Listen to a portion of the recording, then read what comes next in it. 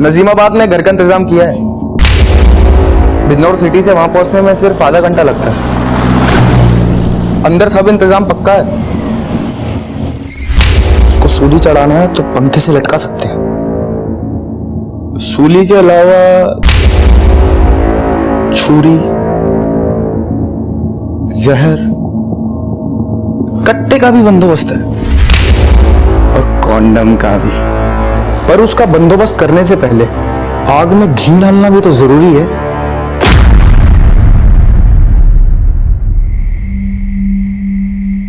फैज, अरे कितना काम करेगा, हर वक्त काम काम। अरे थोड़ा सा आराम भी कर लिया कर बेटा। आराम की जरूरत अब आपको है अम्मी। कितनी दफे कहा है कि वो सिलाई कढ़ाई का काम छोड़ दीजिए, और अब तो कोचिंग के साथ साथ हमें अच्छी खासी पार्ट टाइम जॉब भी मिल गई है। अगर अपनी अम्मी जान की आराम की इतनी ही फिक्र है तुझे तो निकाह कर लेना। कर लेंगे निकाह भी, लेकिन सबसे पहले हमें हिना का निकाह करवाना है। यही तो बदकिस्मती है हमारी। जान नहीं मांग रही, सिर्फ मिलने का वक्त मांग रही हूँ। कल तुम्हारे शहर आ रहे हैं, उम्मीद करते हैं मायूस नहीं करोगे।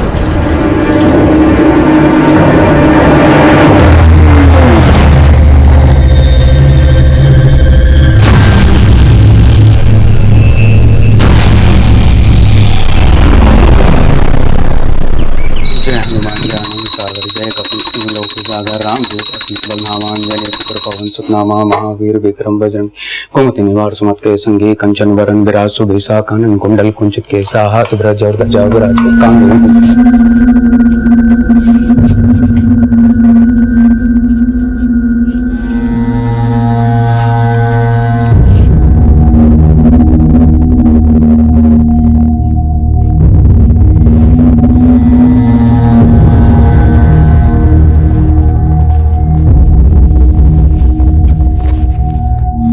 आप यहाँ पर सुंदरकांड करते रहिए और वहाँ पे आपका भांजा कांड पे कांड। रोज प्रताप तुम्हारा है पर सती जगत हाँ हाँ, जितना ध्यान पूजा में दे रहे हो उतना ध्यान भांजे पर दिया होता तो अच्छा होता। और तुम यहाँ पर खड़ी खड़ी क्या कर रही हो? स्कूल नहीं जाना? तुम्हारे पापा क्या स्कूल जाने का मुहूर्त निकलवाएंगे? नहीं मम्मी, बस हम जा ही रहे हैं। हाँ तो जाओ, ये लो टिफिन। रुको,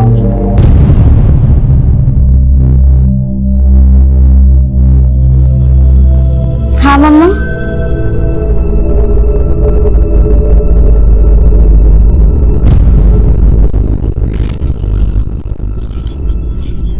कितनी बार समझाया है, दुपट्टा नीचे रखा कर, बड़ी हो गई है अब। संभल के जाना और टिफिन खा लेना, ठीक है? हाँ मम्मा, बाय।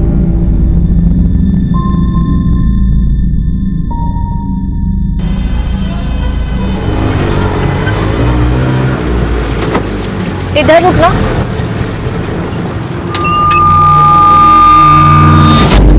दस मिनट रुकिएगा, हम अभी आते हैं। हेलो भाई, hotel room, single bed, double bed, deluxe, sleeper. Sir hotel room चलो सिंगल बेड। अरे एसी रूम नॉन एसी। अरे मैडम, भाड़ा है मेरा। अरे भैया, हम ही तो 10 मिनट बोल के गए थे।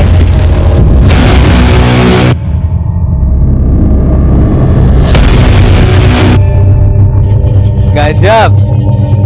चला AC room, non AC room, single, deluxe 200 रुपए डिस्काउंट। चाहिए क्या? AC room, double bed, single bed 200-300 रुपए डिस्काउंट। भैया, एसी वाला रूम मिलेगा क्या?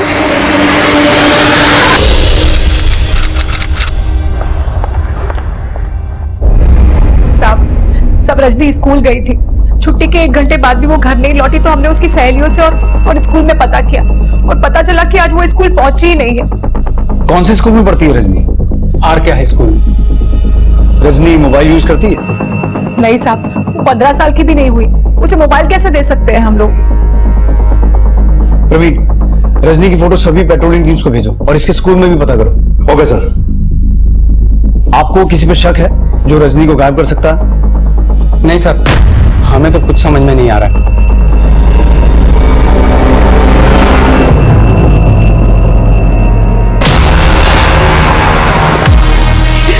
प्लीज मुझे छोड़ दो, प्लीज मुझे जाने दो ना, प्लीज छोड़ दो, प्लीज जाने दो।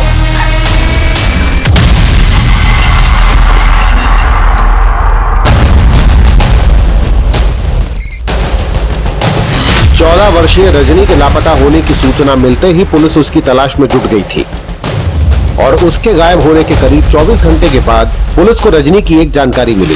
इस लड़की को देखा है? हाँ सर, कल इस बच्ची को हम देखे थे, स्कूल ड्रेस में थी ये। सर वो राकेश से क्या बात कर रही थी हमें कुछ नहीं पता, वो बहुत दूर पे खड़े थे और फिर सर वो उसी के बाद राकेश के साथ चली गई। राकेश कौन? लॉज का एजेंट है सर, लोगों को रूम दिलवाता है।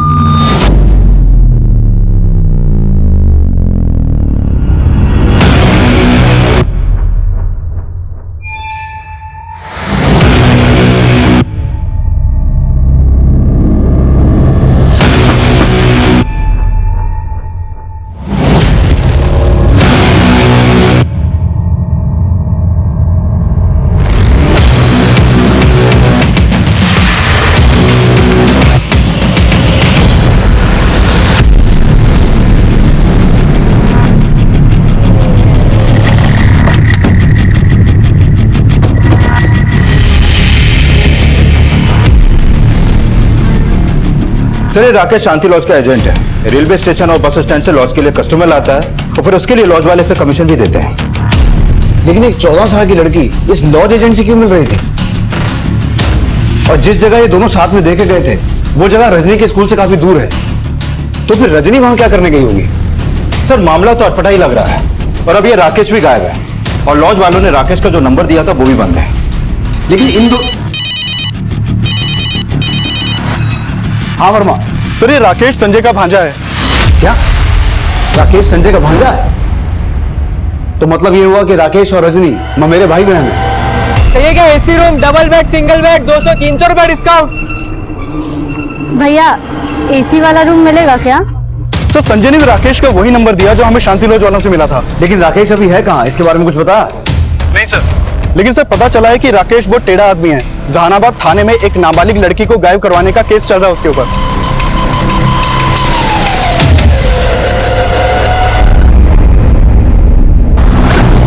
मुझे उस राकेश पर पूरा शक है। उस निकम्मे को घर से निकाल दिया तो मेरी बेटी को उठा के बदला लिया है उसने। अनीता, राकेश ऐसा नहीं कर सकता। माना कि वो सगा नहीं, पर वो भाई है रजनी का। भाई नहीं, कसाई है वो। जिसने अपनी मामी को नहीं छोड़ा वो रजनी को क्या छोड़ेगा?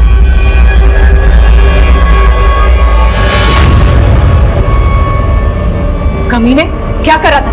हाँ? नहीं मामी, क्या कर रहा था? मामी गलती से क्या कर रहा था? मामी मैं तू मेरे ही घर में रह के मेरे साथ हाँ? शर्म मामी, क्यों मार रहा है तुझे? भाई नहीं है तेरा। चल निकल मेरे घर से। मामी, निकल मेरे घर से। चल चल। अनीता, अनीता क्या मामी मेरी बात। अनीता क्या? अरे अनीता क्या हुआ? बात क्या है? बताओ तो, क्यों मार रही हो उसे? शकुनी मामा तो उस दिन भी भांजे को बचा रहे थे और आज भी उसकी करतूत जानकर कान पे जू तक नहीं रेंग रही। अरे सोच क्या रहे हो? जाके ढूंढो उसे।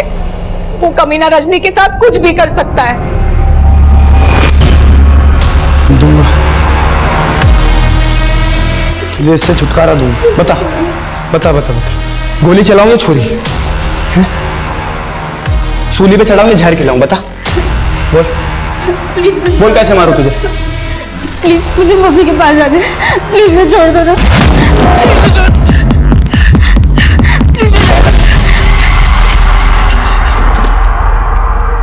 राकेश का गायब होना उसको रजनी मिसिंग केस का सस्पेक्ट बना रहा था और यह भी सामने आया था कि राकेश पे पहले भी एक माइनर लड़की को गायब करने का आरोप लगा था, लेकिन अपनी 14 वर्षीय कजन रजनी को गायब करने में राकेश का कोई हाथ था? सर मैंने राकेश के कॉल रिकॉर्ड चेक किए। राकेश का फोन जहानाबाद में ही बंद हुआ था और उसके फोन से एक नंबर पे लगातार बात हो रही थी और वो नंबर जहानाबाद में आसमा के नाम पे रजिस्टर्ड। और जहानाबाद में ही राकेश के खिलाफ वो केस दर्ज हुआ था ना, जिसमें एक नाबालिग लड़की को अगवा करने का आरोप लगा था उस पर? Yes sir. सर मैंने जहानाबाद थाने में भी बात की। उस नाबालिग लड़की का नाम आयशा है। सर आयशा को आसमा का बेटा शोएब अपने साथ भगाकर ले गया था। सर राकेश और शोएब की मां आसमा पर शोएब का साथ देने का भी आरोप है। सर हमें इस आसमा से ही राकेश की कुछ इंफॉर्मेशन मिल सकती है और पूरे चांसेस हैं कि राकेश ने ही रजनी को गायब किया होगा, तभी वो फरार है।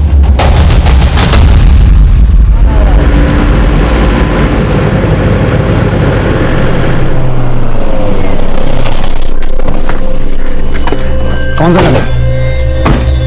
सर ये वाला है।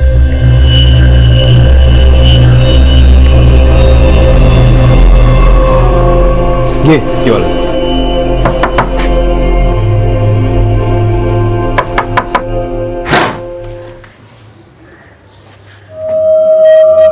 राकेश के दोस्त शोएब की अम्मी हैं आप? जी हमने सुना आजकल राकेश यहीं रह रहा। जी हाँ। अरे कहाँ जा रहे हैं आप लोग? अरे साहब क्या कर रहे हैं ये लोग? अरे साहब क्या हो रहा है?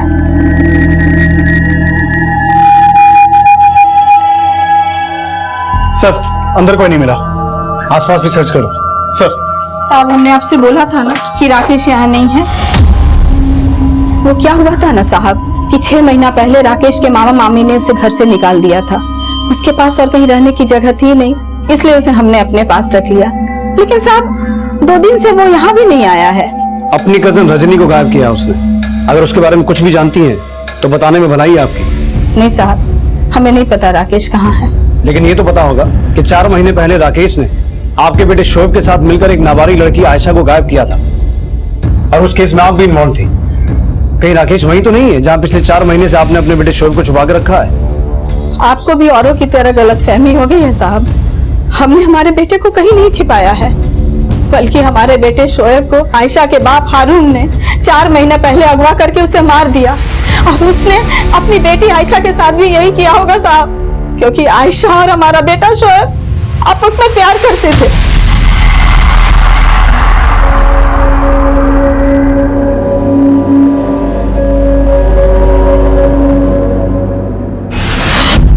लेकिन आयशा के बाप को यह बर्दाश्त नहीं हुआ कि एक गरीब माँ का बेटा उसकी रईस बेटी से प्यार करता है। बेटी के साथ लगेगा तू? बेटी के साथ लगेगा? बेटी के साथ लगेगा? आप मुझसे प्यार करते हैं? करवाऊं तुझे प्यार? बेटी के साथ घूमेगा? संभाल अपने बेटे को। अगर हमारी बेटी के पास नजर भी आया ना दोबारा तो अच्छा नहीं होगा, बता रहे, समझा? आयशा के बाप और उसके भाई अबू ने जीना हराम कर दिया था हमारे शोएब का, लेकिन इतना करने के बाद भी उनके कलीजे की आग ठंडी नहीं हुई। शोएब का कुछ पता चला? नहीं मौसी, लेकिन ये पता चला कि आयशा भी गायब है। आयशा भी गायब? गाड़ी पुलिस।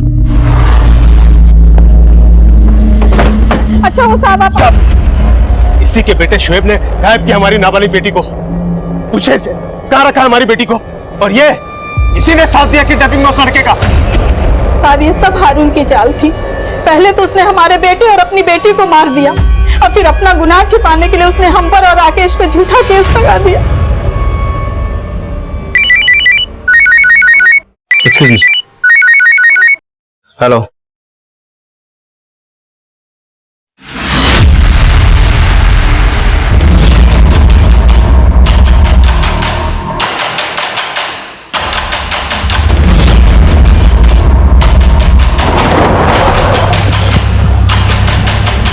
सर इधर आइए, पीछे पीछे।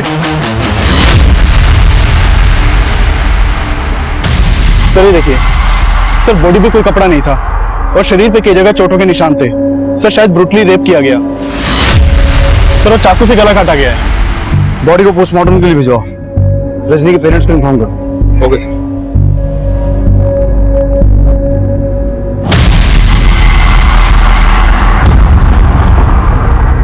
बदला पूरा हुआ।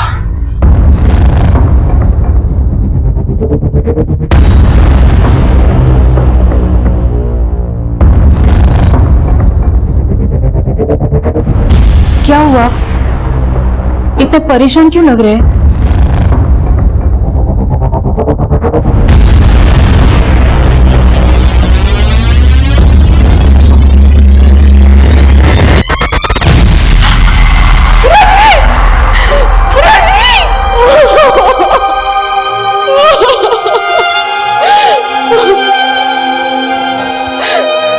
क्यों उसको हमारे घर में जगह दी तुमने? क्यों? वो कहाँ गया मेरी बच्ची को? मैं तुम्हें कभी माफ नहीं करूंगी, कभी माफ नहीं करूंगी मैं तुम्हें।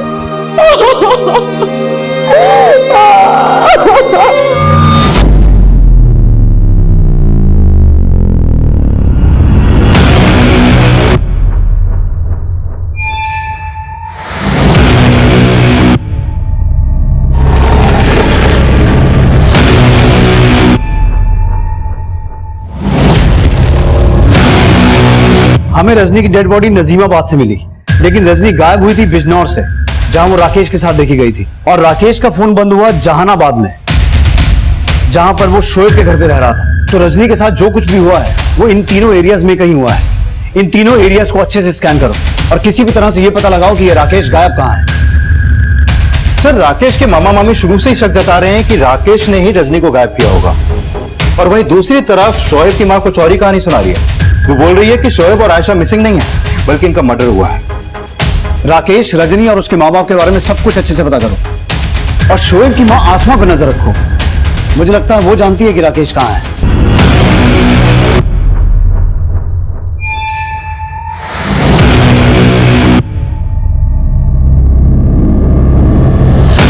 सर, हम मानते हैं कि हमारी बीवी को राकेश पे शक है, पर हमें यकीन नहीं हो रहा कि राकेश रजनी के साथ इतना बुरा कर सकता है। पर राकेश गायब तो है।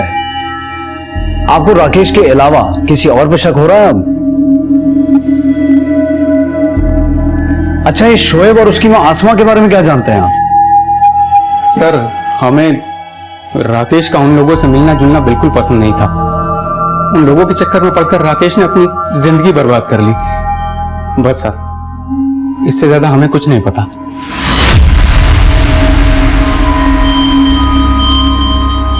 शोएब की मां और राकेश शोएब और आयशा के बारे में कुछ जानते होंगे, इसका हमें कभी कोई क्लू नहीं मिला।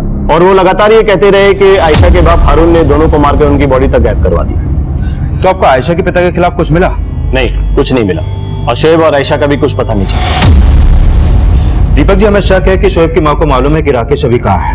ठीक है, हम शोएब की मां पे नजर रखते हैं और राकेश के बारे में कोई भी इंफॉर्मेशन मिलती तो आपके साथ शेयर करते हैं। इस बीच पुलिस को यह जानकारी मिली कि राकेश जिस शांति लॉज के लिए काम करता था, वहां काम करने वाले लोगों की मदद से वो एक दूसरे लॉज में छिपा हुआ था।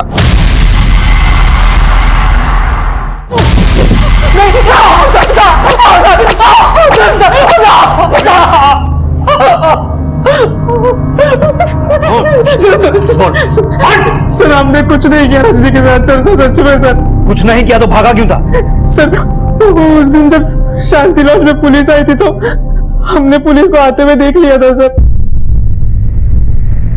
सर, हमें पता चल गया था कि रजनी गायब हो चुकी है और हमें यह भी पता था कि मामी पूरा शक हम पे ही करेगी, क्योंकि मामी बचपन से हमें नापसंद करती है।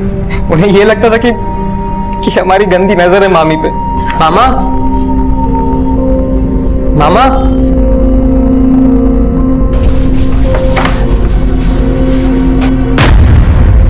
कमीने, क्या करा था तू? और उन्होंने हमें घर से भी निकाला मामा को झूठ बोल के। और इसीलिए अपनी मामी से बदला लेने के लिए तूने उनकी बेटी के साथ? नहीं सर, रजनी हमारी छोटी बहन थी सर। लेकिन जिस दिन रजनी गायब हुई थी तू उसके साथ देखा गया था। हाँ सर, जब से हमें घर से निकाला गया रजनी अक्सर हमें मिला करती थी। तो उस दिन भी मिली थी। चाहिए क्या? AC room, double bed, single bed, 200-300 रुपए डिस्काउंट। भैया, एसी वाला रूम मिलेगा क्या? हाँ जी मैडम, जरूर मिलेगा। वापस स्कूल बंक मार के आई तू? हाँ, आप एक मिनट इधर आओ ना, हमें ना आपको कुछ देना है। क्या देना? एक मिनट। क्या है? आपको पैसों की जरूरत होगी ना, आप ये पैसे रख लो। लेकिन इतने पैसे तू कहाँ से लाई? अरे हमने आपके लिए जोड़ा, आप बस रखो ना। पैसे देने के बाद रजनी चली गई थी और हमने रजनी के साथ कुछ भी नहीं किया सर। लेकिन हमें पूरा शक है कि ये सब कुछ उस हारून और उसके बेटे अबू ने किया है। हम ये आपको बताने भी वाले थे, लेकिन मामी के डर की वजह से हमें आपके पास आने की हिम्मत ही नहीं होती थी। हिम्मत नहीं हो रही थी या छुप के कहानी बना रहा था कि जब पकड़ा जाऊंगा तो क्या बोलना है? नहीं सर, हम कहानी नहीं बना रहे, हम सच कह रहे। अबू ने हमसे दुश्मनी निकालने के लिए पहले भी कई बार रजनी को परेशान किया। उससे लगता था कि हमें पता है शोएब आयशा को लेके कहाँ गया है। लेकिन सर, सच्चाई तो ये है कि हारून ने शोएब और आयशा दोनों को 4 महीने पहले ही खत्म कर दिया था। हमने ये बात कई बार जहानाबाद पुलिस वालों को बताई, लेकिन उन्होंने कभी भी हमारा विश्वास नहीं किया सर। तेरे पास क्या सबूत है कि ये सब हारून और अबू का किया हुआ है? सर, अगर हमारे पास सबूत होता तो आज हमारे जगह पे हारून होता।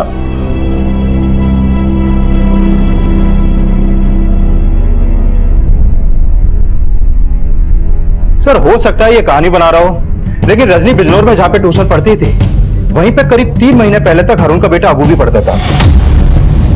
और करीब 4 महीने पहले तक अबू की बहन आयशा भी वहीं पे ट्यूशन पढ़ती थी। कौन सा ट्यूशन सेंटर है ये? बच्चों कल आपका टेस्ट है, याद करके आना।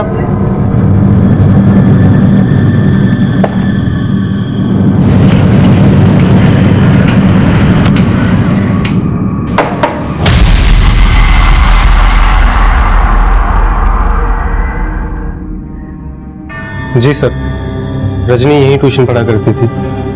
उसके बारे में सुनकर बहुत बुरा लगा सर। हमें पता चला रजनी का कजिन राकेश शोएब का दोस्त है। शोएब वही जो आपके यहाँ ट्यूशन पढ़ाता था और आप ही के यहाँ पढ़ने वाली एक स्टूडेंट आयशा को लेकर भाग गया। क्या सच है? जी सर, उन बातों की वजह से हमारे ट्यूशन सेंटर की बहुत बदनामी भी हुई थी। अच्छा, ये रजनी भी आपके यहाँ ट्यूशन पढ़ती थी, उसका यहाँ पर किसी के साथ कोई अफेयर या फिर ऐसा कोई जो रजनी को परेशान करता हो? सर इतना सब तो हमें कुछ नहीं पता सर, लेकिन हाँ सर, आयशा का भाई अबू वो यही ट्यूशन पढ़ा करता था। उसका रजनी से झगड़ा भी था और रजनी का भाई राकेश और अबू में एक दिन झगड़ा भी हुआ था इस बात को लेके।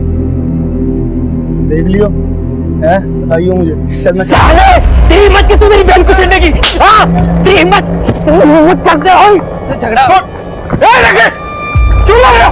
छोड़ उसको, छोड़। देखता हूं मैं तुझे। और सर उस दिन के बाद से अबू और राकेश दोनों ही यहाँ पे कभी नहीं आए। ठीक है, कुछ और पता चलता है तो इन्फॉर्म करना। सर, अबू के बारे में एक और इंफॉर्मेशन मिली है। जिस कॉलेज में वो पढ़ता था वो वहां 15 जुलाई से एब्सेंट है और रजनी गायब हुई थी 16 जुलाई को, और तभी से अबू अपने घर के आसपास भी दिखाई नहीं दिया है।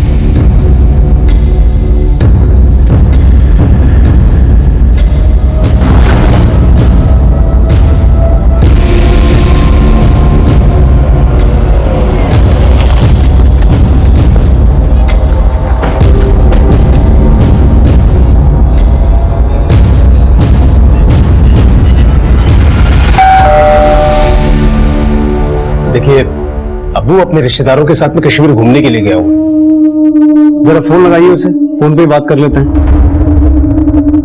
जी। आप जिस नंबर को डायल कर रहे हैं वो इस समय स्विच ऑफ है। फोन तो बंद आ रहा है, शायद नेटवर्क में नहीं होगा। पहले ये बताइए, अबू से आप लोगों को क्या काम? शोएब के दोस्त राकेश के बारे में तो जानते होंगे आप। राकेश की कजन रजनी का मर्डर हुआ है, उसी सिलसिले में हमें अबू से बात करनी है। राकेश की बहन का मर्डर हुआ है, इसमें अबू का क्या लेना देना? क्या पता लेना देना हो। आप अबू को नंबर दीजिए। बताया तो कि नंबर बंद आ रहा है इसका। हारून साहब, कभी ना कभी तो फोन ऑन होगा। नंबर दीजिए आप। 49371031।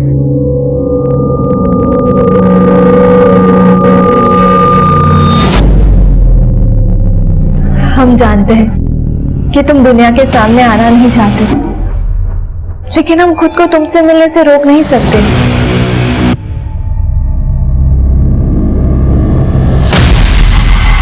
सर, ये रजनी की पोस्टमार्टम रिपोर्ट। इस रिपोर्ट के मुताबिक रजनी का मर्डर से पहले उसका रेप भी हुआ था सर। लेकिन सर, इस रिपोर्ट के हिसाब से रजनी का मर्डर हुआ 17 जुलाई को और वो गायब हुई थी 16 जुलाई को। इसका मतलब है 24 घंटे तक रजनी को कहीं कैद करके रखा गया, उस जगह पर उसे टॉर्चर किया गया और उसके बाद उसका मर्डर करके पता लगा नजीमाबाद या उसके आसपास ऐसी कोई जगह है जो आबू, हारून, राकेश या किसी ऐसे व्यक्ति से ताल्लुक रखती हो जिसका कनेक्शन रजनी या उसके माँ बाप से हो। Okay sir. सर, मैं अबू की कॉल रिकॉर्ड चेक की है। अबू का फोन 16 जुलाई को ही बंद हुआ था, जिस दिन रजनी गायब हुई थी। और सर, रजनी के गायब होने के बाद बीच बीच में कई बार अबू का फोन नजीमाबाद में ऑन हुआ था। सर, जब जब अबू का फोन ऑन हुआ उसके फोन से उसके फादर हारून को कॉल किए गए थे। इसका मतलब है हारून झूठ बोल रहा है।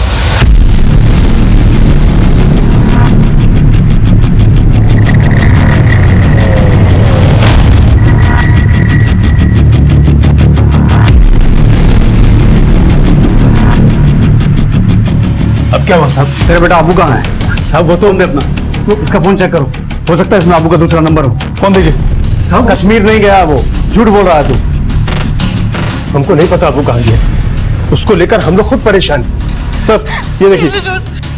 ये देखो बदला पूरा हुआ।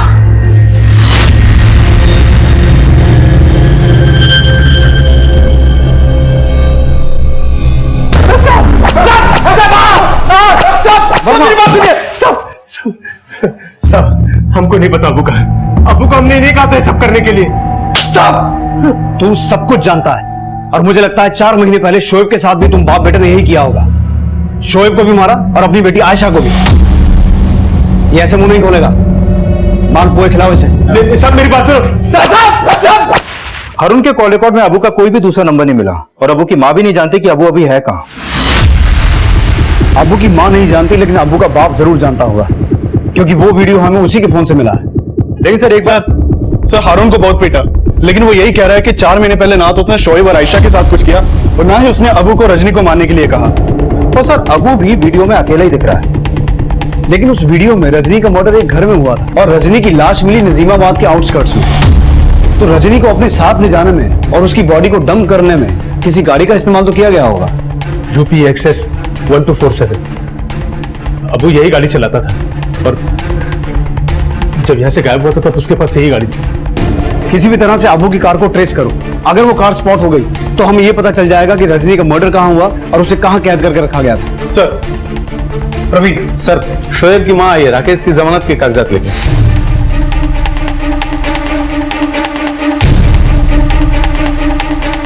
ये साफ था कि अबू द्वारा किए गए रजनी के रेप और मर्डर का मकसद 4 महीने पहले शोएब और आयशा के गायब होने से जुड़ा था और हारून भी शक के दायरे में था लेकिन उसे जमानत पर रिहा कर दिया गया। अबू की तलाश में अबू की कार का पता लगाया जाने लगा और इस तलाश ने इस केस के सारे समीकरण ही बदल दिए जब रजनी के रेप मर्डर के प्राइम अक्यूज अबू की लाश पुलिस को मिली। सर पीछे हटिए। सर रजनी का मर्डर अबू ने किया था ये उस वीडियो में साफ दिख रहा था और उसकी बॉडी इसी ने डंप की होगी। लेकिन अबू की लाश उसी की गाड़ी में, इसके माथे पे गोली भी लगी और देसी कट्टा भी इसी के हाथ में। लेकिन जो लड़का किसी लड़की का ब्रूटली रेप कर सकता है और उसके बाद बेखौफ होकर उसका मर्डर भी कर सकता है वो अपने आप को नहीं मार सकता। जरूर ये कोई गेम खेल रहा है। ये सीन जानबूझकर क्रिएट किया गया है ताकि हमें ये लगे कि अबू ने सुसाइड किया है। आई एम श्योर अबू का मर्डर हुआ है। इसके भाई ने गायब किया था ना आयशा को। मैंने बदला ले लिया, रेप कर दिया इसके साथ और अब इसको मारने जा रहा हूं। इसको सूली पे चढ़ा सकता हूं। इन वीडियोस में अबू के अलावा और कोई नजर नहीं आ रहा है। वर्मा किसी भी तरह इस जगह का पता लगाओ और मुझे लगता है ये जगह नजीमाबाद में ही होनी चाहिए क्योंकि अबू नजीमाबाद से अपने बाप को कॉल कर रहा था। सर अबू ने रजनी को इतना ब्रूटली मारा है कि हो सकता है अबू का मर्डर रजनी के मर्डर के बदले से जुड़ा हो सकता है। सर रजनी के मर्डर का बदला रजनी के पेरेंट्स भी ले सकते हैं और राकेश भी। वैसे भी राकेश की अबू से दुश्मनी थी। रजनी के पेरेंट्स को भी खंगालो लेकिन मुझे शक राकेश पे ही हो रहा है क्योंकि रजनी के गायब होने के बाद राकेश भी गायब हो गया था और राकेश ने ये शक जताया था कि अबू ने ही शायद रजनी को मारा होगा। हो सकता है उसे इस बात का पता चल गया हो कि अबू ने रजनी को कहां छुपा कर रखा है और हमसे छिपकर उसने अबू से बदला लिया। राकेश को थाने बुलाओ।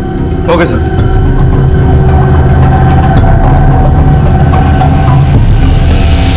चाचा चाय देना।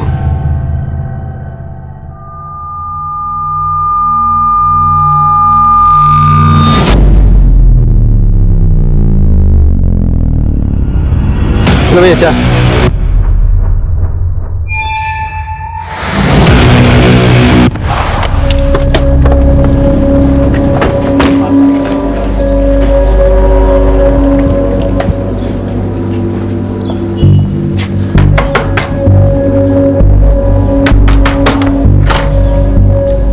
राकेश को बुलाइए। साहब राकेश यहाँ नहीं है।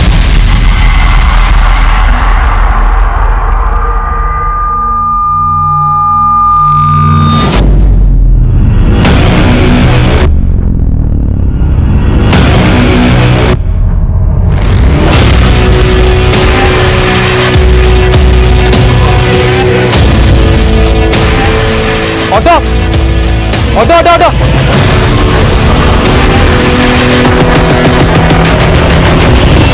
सर ये राकेश फिर से गायब है, शायद कहीं नहीं मिल रहा है और ये आसमा भी कुछ नहीं बता रही है। सर जरूर अबू के मर्डर में राकेश का ही हाथ है तभी वो फरार है। वो ये भी सकता है प्रवीण कि अबू के मर्डर में शोएब की मां आसमा भी इन्वॉल्व है और अबू को मारकर रजनी का ही नहीं, शोएब का भी बदला लिया गया हो, क्योंकि आसमा को शुरू से यही लगता था कि हारून ने ही शोएब को मारा था। आसमा को थाने लेके आओ।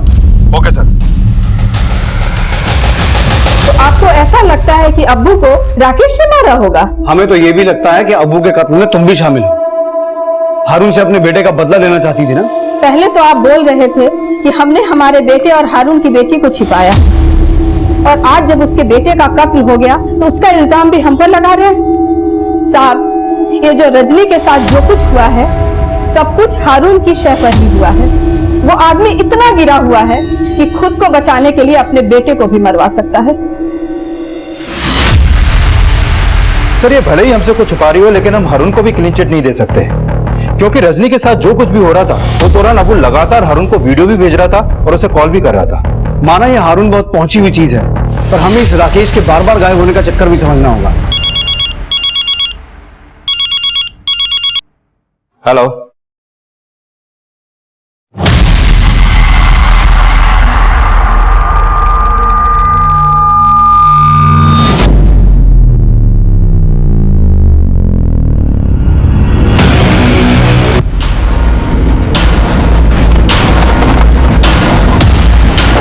सर, रजनी को इसी घर में कैद करके रखा गया था। सर, ये इस घर के मकान मालिक हैं। अबू ने इन्हीं से घर किराए पे लिया था।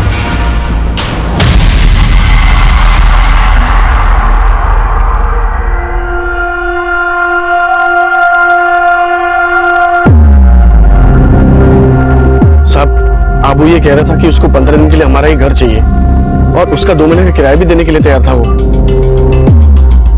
लेकिन साहब, हमें नहीं पता था कि वो यहाँ ये कांड करेगा। अबू के अलावा किसी और का भी आना जाना था यहाँ? हाँ साहब, हमने एक लड़के को देखा था उसके साथ।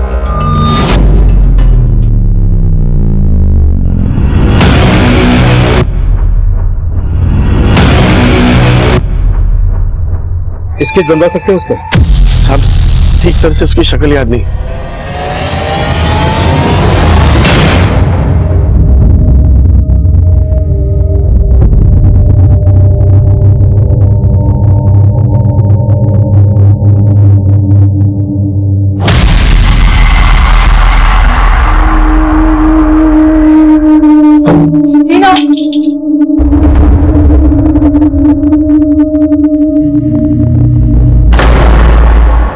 हमने तेरे ऊपर आंख बंद करके भरोसा किया और तूने हमें ये सिला दिया। बोल ये बच्चा किसका है? अरे बेहया बेशरम, बोल ना किसका बच्चा है? आज तूने साबित कर दिया कि तू उसी का खून है। हीना, किसका बच्चा है? सर, अबू के मर्डर में हमारा कोई हाथ नहीं है। जैसे हमें पता चला कि अबू का मर्डर हो गया, हम खुद हैरान थे कि पता नहीं उसे किसने मारा होगा।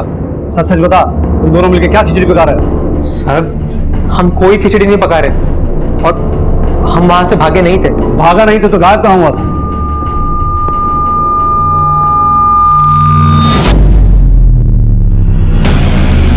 हिना, जैसा तुम सोच रही हो वैसा बिल्कुल नहीं हो सकता। तुम क्यों हमारी गुमनामी में अपनी जिंदगी तबाह करना चाहती हो? शोएब, हम जानते हैं कि तुम्हारी गुमनामी में कई गुनाह छिपे हैं, फिर भी हमारी नजर में तुम्हारे हर गुनाह माफ है। ना। ऑटो।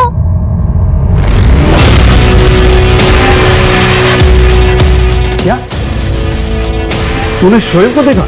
हाँ सर। शोएब साले, पिछले 4 महीने से हम और तुम्हारी अम्मी तुम्हें पागलों की तरह ढूंढ रहे हैं। तूने एक बार भी सोचा हमें मिलने की? राकेश मेरे भाई, मैं तुम लोगों से मिलकर तुम दोनों की कभी मुसीबत नहीं बढ़ाना चाहता था।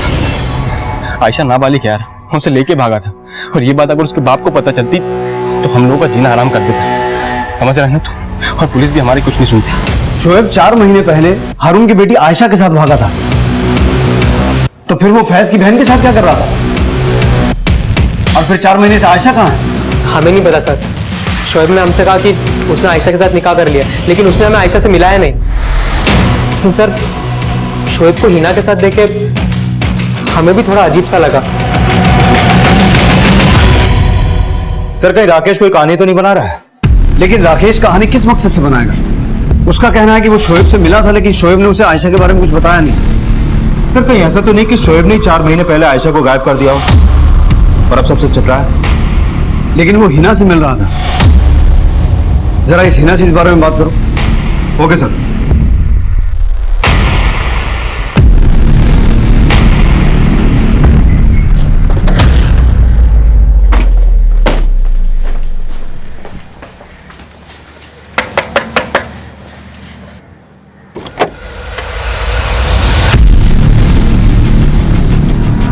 सर, जब से शोएब यहाँ ट्यूशन पढ़ाया करता था तभी से मुझे उससे प्यार हो गया था।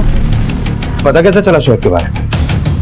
वो एक दिन हमने भाईजान को शोएब से फोन पे बात करते हुए सुना था। तुम टेंशन मत लो शोएब, यहाँ कोई प्रॉब्लम नहीं होगी।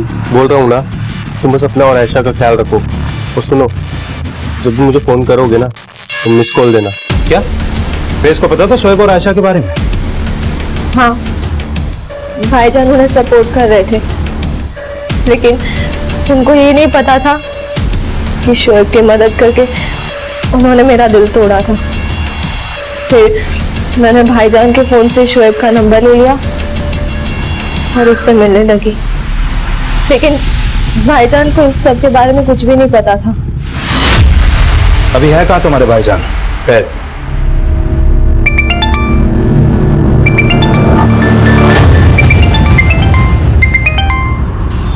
हिना शोएब से मिल रही थी, ये माना उसने।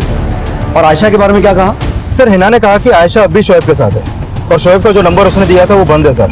और मैं काफी टाइम से फैज को भी कॉल कर रहा हूँ, लेकिन वो भी फोन नहीं उठा रहा है। फैज 4 महीने से जानता था कि शोएब और आयशा कहाँ छुपे हुए हैं, और आयशा के रहते हुए भी हिना का अफेयर शोएब से चल रहा था। तो कहीं ऐसा तो नहीं कि हिना सच बोल रही है कि आज ही फैज को इस बात का पता चला है कि हिना के पेट में शोएब का बच्चा है?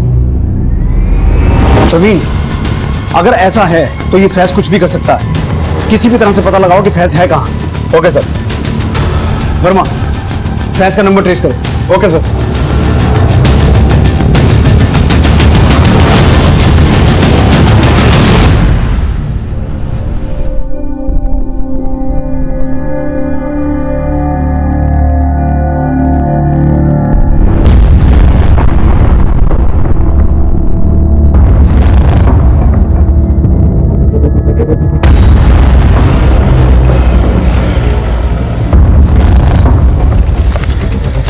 क्या हुआ फैज? अचानक क्यों बुलाया हम दोनों को तुमने? क्योंकि अब तुम दोनों की शामत आने वाली है। क्या कर रहा? बंदूक नीचे। हम तुमको सब कुछ बताने वाले थे, लेकिन तुम्हारी बहन ने हमको ऐसा फंसाया कि हम कुछ भी नहीं बता पाए तुम्हें। तुम्हारी बहन ने तुम्हारे ही मोबाइल से हमें ऐसे मैसेज किए कि हमें लगा कि तुमने किया है।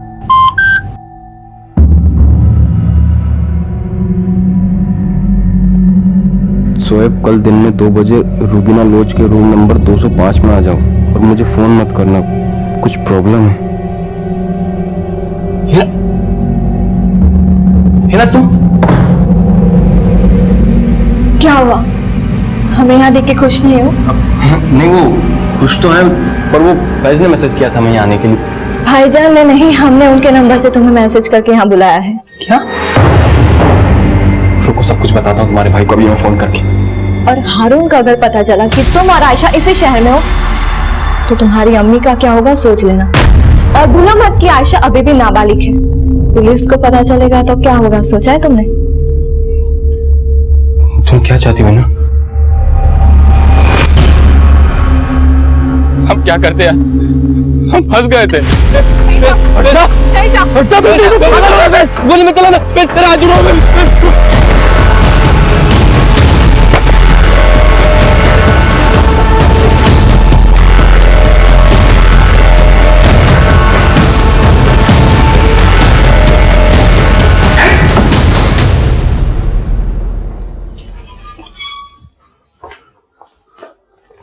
तुम तो बहुत बड़े खिलाड़ी निकले फैज मियां।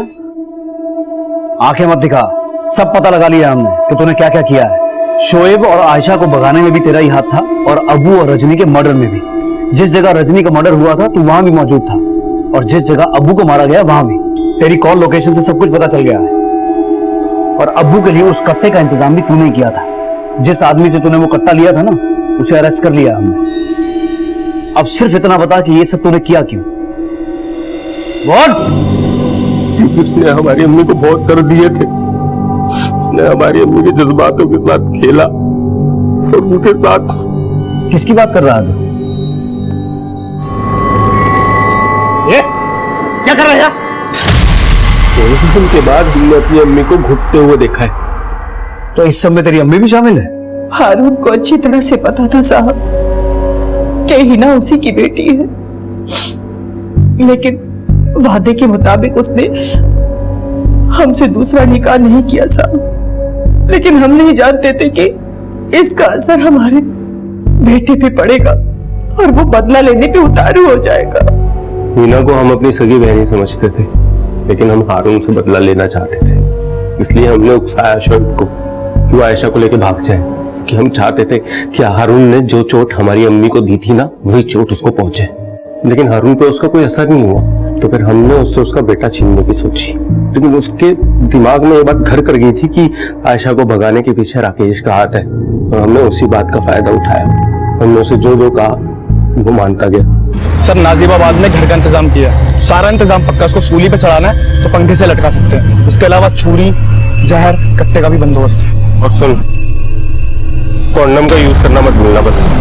तुमने आबू के अंदर ये गलतफहमी पैदा कर दी थी कि उसकी इस हरकत की वजह से उसका बाप हारून बहुत खुश होगा, लेकिन उसे पता नहीं था कि हम उसके दिमाग के साथ खेल रहे हैं। इसलिए जैसे ही ना उसने रजनी को मार के उसकी लाश ठिकाने लगाई, हमने उसको भी। सिर्फ हारून को तकलीफ पहुंचाने के लिए इतना दिमाग लगाया तूने। अगर इतना दिमाग अपनी माँ ज़ेबा और हिना का ख्याल रखने में लगाया होता ना, तो आज उन्हें तेरे यहां होने का मलाल नहीं होता।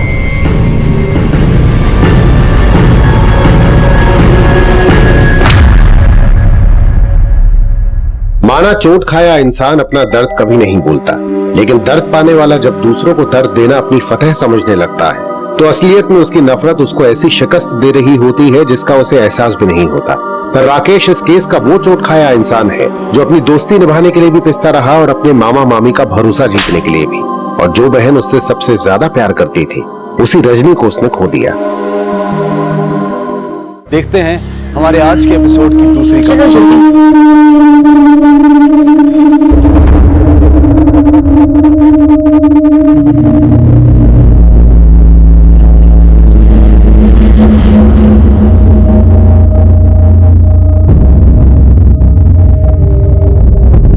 जरा जल्दी चलो, बहुत देर।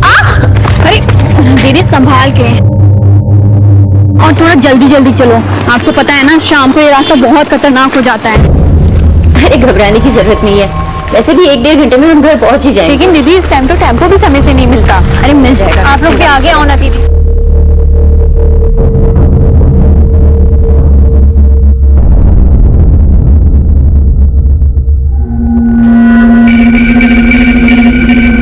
बस आ गए बस स्टॉप पे। हाँ बस आ ही गए।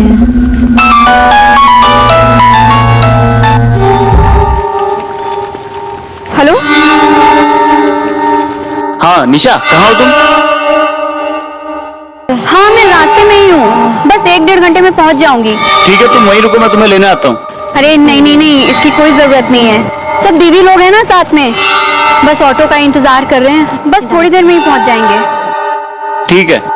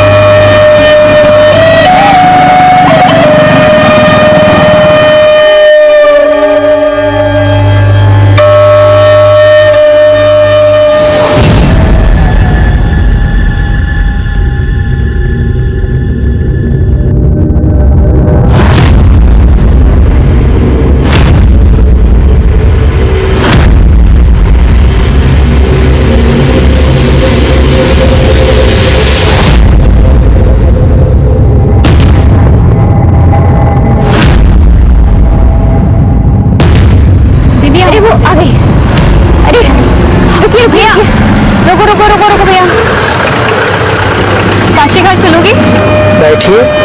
दीदी चलो चलो चलो चलो जल्दी।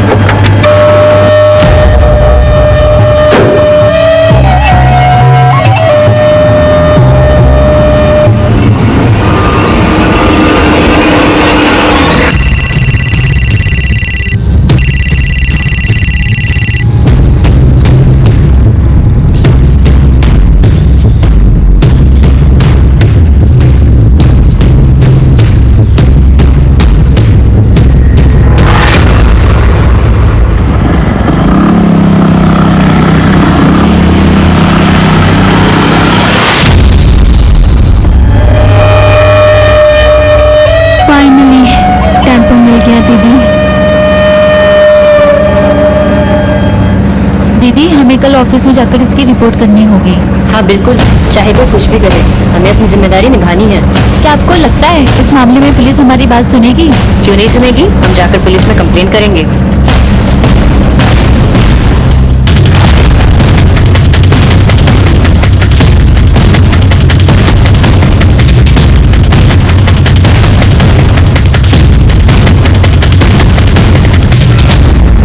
कैसे लोग हैं ना दीदी। देखो, मामले को सामने लाकर हमें अपनी जिम्मेदारी तो जरूर निभानी है, आगे कानून अपना देख लेगा। अरे दीदी, आप ये बताइए कि आप वो सुबह क्या बता रही थी? सुबह किस बारे में? कुछ याद के बारे में था शायद।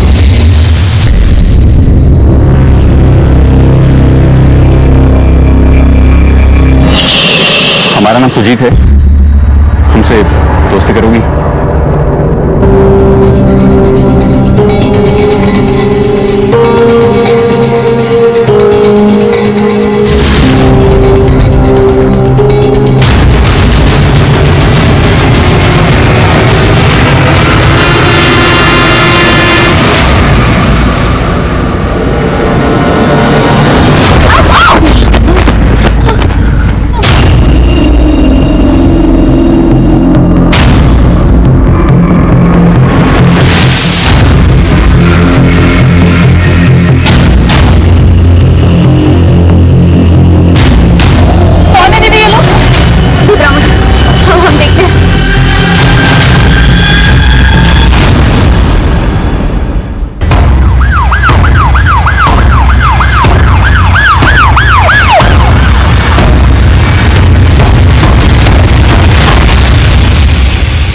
सर, हम ही आपको फोन किए थे।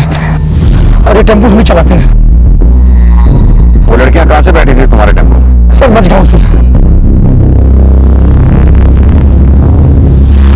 उन लड़कों का हुलिया पता है? सर, चेहरा उनका ढका हुआ था और देखने में लंबे चौड़े और हट्टे कट्टे थे। वो लड़कियों को किधर की तरफ लेके गए? सर शायद इधर ले गए सर।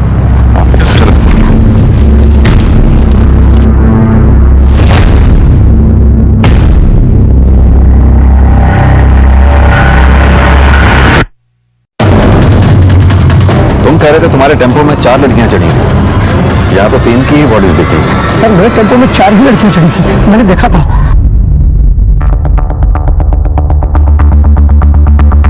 श्रीवास्तव, इधर जंगल में देखो आसपास। तुम बता रहे थे वो किसी के खिलाफ पुलिस में कंप्लेंट लिखवाने की बात कर रहे थे। सर, वो तो मैंने नहीं सुना, मैंने इतना ही सुना था। क्या आपको लगता है इस मामले में पुलिस हमारी बात सुनेगी? क्यों नहीं सुनेगी, हम जाकर पुलिस में कंप्लेन करेंगे। और तभी अचानक गुंडों ने हमें घेर लिया। अपना रुपया पैसा मोबाइल रख इधर, चुपचाप निकल जाए यहाँ से, वरना तेरा तरबूज फोड़ दूंगा। निकल चल। सर, मैं भागा भागा मक्खनपुर के पास गया पीछे से आपको फोन करने के लिए। ठीक है, बाहर वेट करो, बाद में पूछताछ करते हैं। जी सर। ये लड़कियां शक्ति टू वुमेन के एनजीओ में काम करती थी। एनजीओ में इन्फॉर्म कर दो, उसके डायरेक्टर को थाने बुलाओ। सर, लगता है मरने से पहले काफी हाथापाई हुई। 2 लड़कियों के सर पर चोट, हो सकता है किसी भारी चीज से मार किया। सर, पर्स में रुपए पैसे तो नहीं मिले। लूट का मामला हो सकता है, चेक करो। कोई मोबाइल वगैरह मिला? नहीं सर, मोबाइल तो नहीं मिला, पर उनका पहचान पत्र मिला। सर, आसपास पूरा जंगल छान मारा, लेकिन कोई लड़की नहीं मिली। हो सकता है गुंडे उसे उठा के ले गए हो। सर, ये भी हो सकता है कि बच के खुद भाग गई हो सकता है। फिलहाल ये बॉडीज पोस्टमार्टम के लिए भेजो। सर,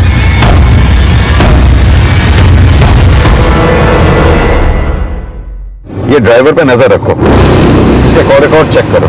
सर, अगर ये गुंडों के साथ होता तो हमारे सामने आता ही क्यों? इसकी गाड़ी के कागजात जो हमारे पास थे, हम इस तक पहुंच ही जाते, इसलिए ये खुद हमारे पास आ गया ताकि किसी को इस पर शक ना हो। अनुज, ये बॉडीज जिस कंडीशन में हमें मिली हैं, इन्हें देखकर ऐसा लगता है कि इनके साथ दुष्कर्म हुआ होगा। जो भी हो, पोस्टमार्टम की रिपोर्ट आने के बाद तो पता चली जाएगा। सर, क्या ये हो सकता है कि किसी ने एनजीओ से अपना बदला इन औरतों से निकाला हो? बिल्कुल हो सकता है, लेकिन सवाल ये होता है कि ये लड़कियां किस काम से मझगांव में आई थी।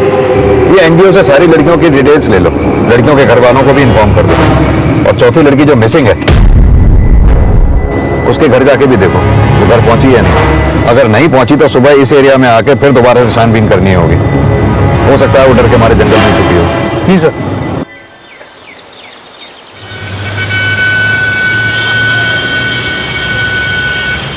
बिंदा ठाकुर, उसमें 100% उसी का हाथ है। पिछले महीने भर से वो हमको डरा धमका रहा है। ये बिंदा ठाकुर कौन है? मजगांव का सरपंच। हमारी एनजीओ गांव में महिला जागृति मुहिम चला रही थी और ये बिंदा ठाकुर उसके सख्त खिलाफ था। क्यों? क्योंकि गांव में आंगनबाड़ी में हो रहे घपले के बारे में हम गांव वालों को जागरूक कर रहे थे। ये बिंदा ठाकुर आपको डायरेक्ट कॉल करके धमकी देता है? सर, ऐसे लोग कभी डायरेक्ट कुछ करते ही है क्या? उसके गुंडे हमारे कार्यकर्ताओं को गांव में आने से मना करते थे और कभी कभी तो ये भी कहते थे कि जमाना खराब है, कुछ भी हो सकता है। अच्छा एक बात बताइए, आपके एनजीओ में जो लड़कियां काम करती थी इनका आपस में रिश्ता कैसा था? अच्छा था, बल्कि बहुत अच्छा था, बिल्कुल बहनों की तरह। पर आप ऐसे क्यों पूछ रहे हैं सर? क्योंकि उन 4 लड़कियों में से 3 की हत्या हुई है और एक लड़की जिसका नाम निशा था वो बचकर निकल गई। ये बात हमें खटक रही है। एक काम कीजिए, उन 4 के नंबर और एड्रेस इस पे लिख दीजिए और बिंदा ठाकुर का भी। मनोज, इन 4 लड़कियों के मोबाइल सर्वेलेंस पे डालो ताकि अगर किसी का भी फोन ऑन हो तो पता चल जाए। चौथी लड़की कहाँ थी? क्या उसकी भी हत्या हो गई थी या वो मौका वारदात से जान बचाकर भाग निकली थी या इस वारदात को अंजाम देने में उसका कोई लेना देना था? मुश्किलों के पहाड़ सामने खड़े थे और पुलिस की राह उन्हीं रास्तों से गुजरने वाली थी।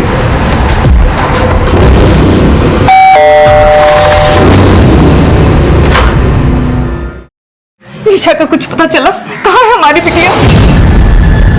हम भी उसी की तलाश में हैं। जल्दी ढूंढिए उसे, अगले महीने उसकी शादी है। शादी किससे? राजू से, दोनों बचपन के दोस्त हैं। हमारी बिटिया ने सोचा शादी से पहले कुछ सामाजिक कार्य कर ले, तो उसने सुधा जी का एनजीओ ज्वाइन कर लिया। राजू ऊंची जाति का है, इसलिए उसके घर वाले इस रिश्ते के लिए तैयार नहीं थे, पर वो मुश्किल से तैयार हुए हैं। बस 4 ही दिन हुए हैं उसकी सगाई के। अगर राजू के घर वालों को पता चलेगा कि हमारी बिटिया रात भर घर नहीं आई तो पता नहीं क्या क्या लाछन लगाएंगे उस पर। ठीक है।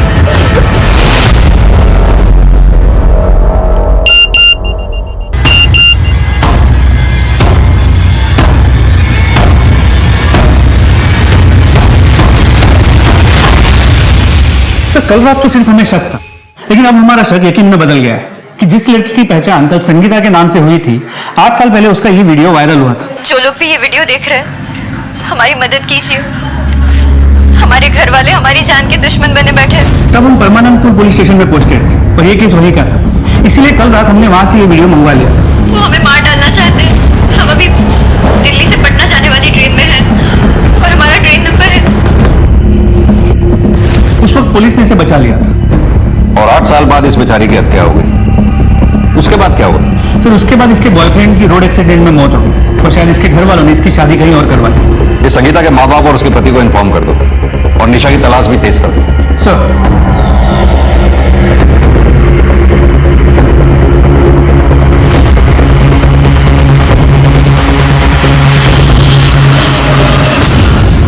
हमने चारों तरफ निशा को ढूंढने की बहुत कोशिश की, लेकिन वो कहीं भी नहीं मिली। तो बहुत मुमकिन है कि गुंडे उसे उठाकर ही ले गए और कहीं बंद करके रखा। अनुज, अपने सभी मुखबिरों से इलाके के ऐसे तमाम एंटी सोशल एलिमेंट्स के बारे में पता लगाने को कहो जो उस रात वारदात की जगह के आसपास देखे गए हों। खासतौर से बिंदा ठाकुर के आदमियों को भी, क्योंकि फिलहाल तो शक की सुई बिंदा ठाकुर के आसपास ही घूम रही है, लेकिन उस पर हाथ डालने से पहले पुख्ता सबूत चाहिए हो। जी सर।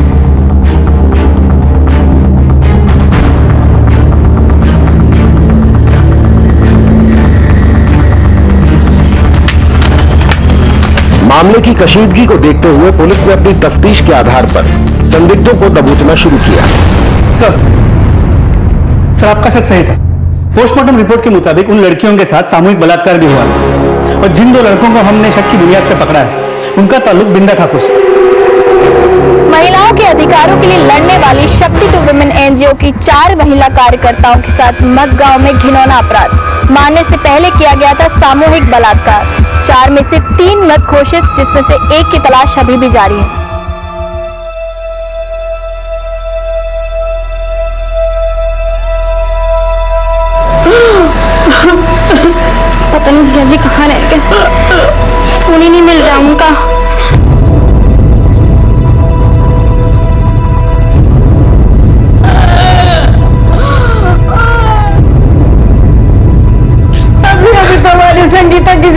सब कुछ संभला था और ये क्या हो गया भगवान। चाहे कुछ भी हो जाए, हम शादी करेंगे तो सिर्फ सुजीत से, वरना किसी और से नहीं। वो लड़का हमारी बिरादरी का नहीं है और ऐसे आवारा लड़के से मैं तुम्हारी शादी नहीं होने दूंगा। अब तुम भूत बनकर क्या खड़ी हो, समझाओ इसे। सुरेंद्र शुक्ला। जी हाँ। सुजीत नाम के एक लड़के की ट्रक से कुचल के मौत हो गई।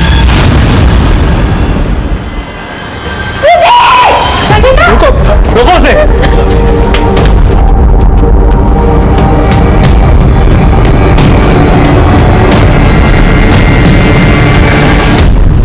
लाश की हालत काफी खराब है, थोड़ा संभाल के देखिएगा।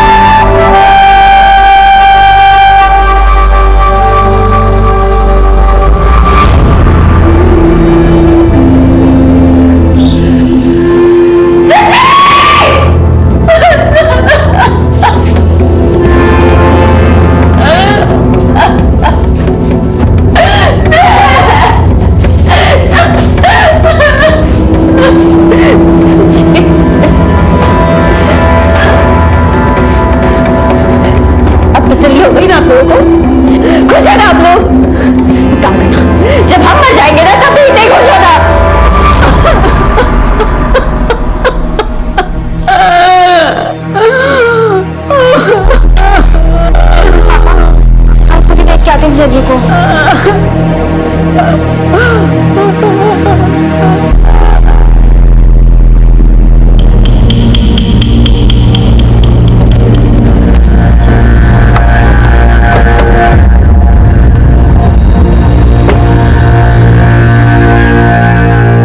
और इंस्पेक्टर साहब बैठो। हिंदा ठाकुर, शक्ति 2 वुमेन नाम के एनजीओ के कार्यकर्ताओं के ऊपर जानलेवा हमला हुआ है। बलात्कार भी हुआ था, समाचार में देखा। बहुत दुख हो। वो चारों कार्यकर्ता परसों गांव में ही आई थी आपके। सुना है आप उन्हें धमकियां भी दिया करते थे। कैसी बातें कर रहे हैं इंस्पेक्टर? अबला नारी को मैं नहीं धमकाता। हाँ, कोई मर्द होता तो बात अलग है। वैसे आप लोग सबूत या गवाह लाए हो या ऐसे ही हवा में पतंग उड़ा रहे हो? गवाह और सबूत भी हम निकाल लेंगे। ये बताइए कि उस दिन गांव में हुआ क्या था? होना क्या था? ज्ञान देने आई थी तो मैंने ही थोड़ा सा ज्ञान दे दिया उन्हें। हमारी योजनाओं से आपको हर वो सहायता मिलेगी जो बिंदा ठाकुर आपको नहीं देते हैं। सरकार ने ऐसी एक नहीं, ढेरों योजनाएं बनाई हैं बच्चों और महिलाओं के लिए। अगर आंगनबाड़ी में आपको इनमें से कोई भी सुविधा नहीं मिलती है तो आपको उसकी शिकायत करनी चाहिए। जैसे ये क्या हो रहा है यहाँ? क्या है ये सब? तुम लोग इनकी बातें क्यों सुनते हो? मैं गांव का सरपंच हूँ। अगर तुम लोगों को कोई परेशानी है, कोई शिकायत है, तुम आपस में बात कर सकते हैं ना? बातें तो आप बहुत कर चुके हैं सरपंच जी, लेकिन अब हम काम करके दिखाएंगे, बातें नहीं। देवी जी, आपको जो करना है करो, लेकिन हमारे गांव की शांति भंग मत करो। चलो अपना अपना काम करो। चलो चलो। अरे आप रुकिए, आप लोग इनकी बात मत सुनिए। रुकिए आप लोग, अरे रुक जाइए आप।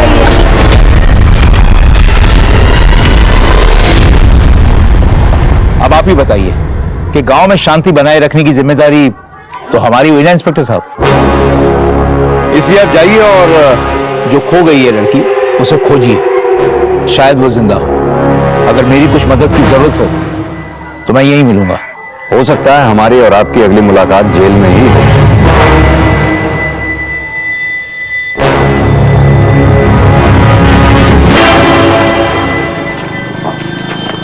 इस पर नजर रखो।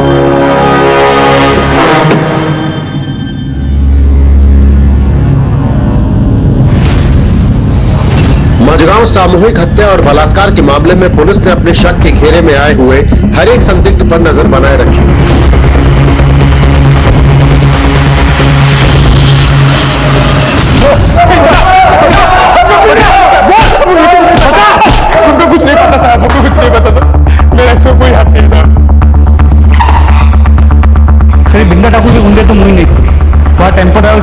और निगरानी से भी कुछ हाथ नहीं लगा। सर, हमने चारों लड़कियों की कॉल रिकॉर्ड चेक की। राधा और शामली की कॉल रिकॉर्ड में ऐसा कुछ खास नहीं मिला। निशा के कॉल रिकॉर्ड चेक करो, पता करो क्या उसकी बिंदा ठाकुर से बात हुई थी। निशा की कॉल रिकॉर्ड में बिंदा ठाकुर का नंबर नहीं है, लेकिन निशा की आखिरी बार बात उसके मंगेतर राजू से हुई थी।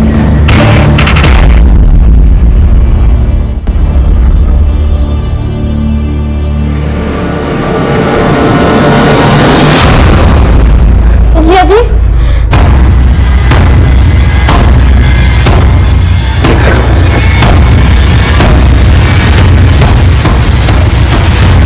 संगीता, क्या बात है? दीदी, क्या हुआ संगीता?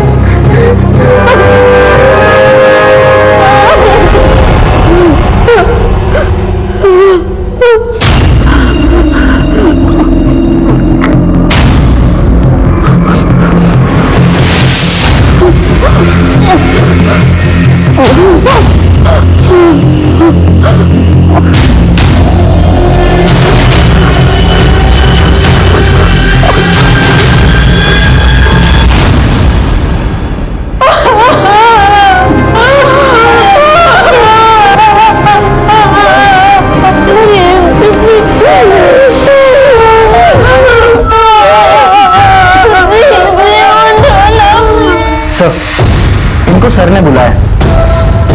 चलिए।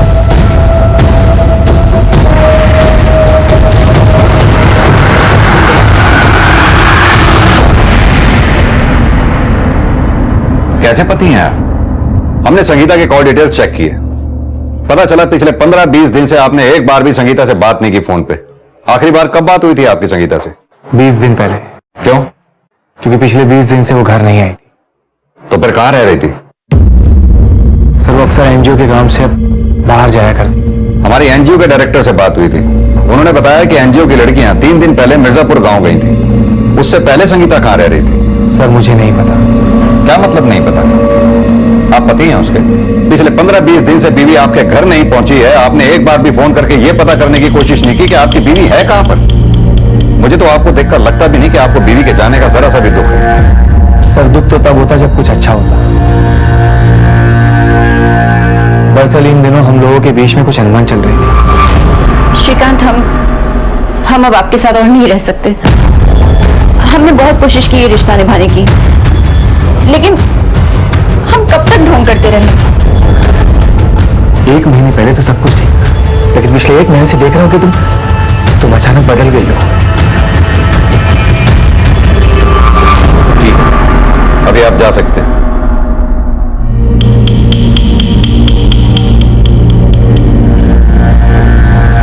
इस पर नजर बना रखी।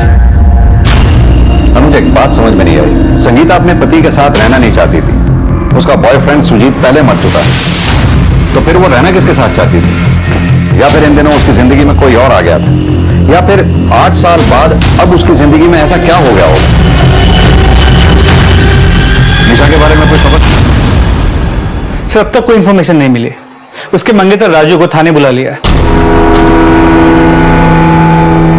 मुझे नहीं पता सर, निशा कहाँ है। निशा तुम्हारी मंगेतर है और अभी तक तुमने थाने आकर निशा के बारे में पता करने की कोशिश भी नहीं की। क्यों? वो मुझे निशा की मां से पता चला कि आप लोग उसे ढूंढ रहे हो, इसलिए मैंने। पुलिस तो अपना काम कर ही रही है। ये बताओ कि वारदात से ठीक पहले तुम्हारी निशा से बात क्या हुई? सर, मैं उसके लिए बहुत परेशान था। ठीक है, तुम वहीं रुको, मैं तुम्हें लेने आता हूँ। बस थोड़ी देर में ही पहुंच जाएंगे। लेकिन निशा हमें वारदात की जगह नहीं मिली, ना ही वो अपने घर पहुंची और ना ही उसने तुमसे कांटेक्ट करने की कोई कोशिश की। आखिर क्या वजह हो सकती है? मैं क्या बताऊं सर, मुझे खुद नहीं मालूम। ठीक है, अभी तो तुम जा सकते हो, हमसे पूछे बगैर ये शहर छोड़कर जाना नहीं। जी सर।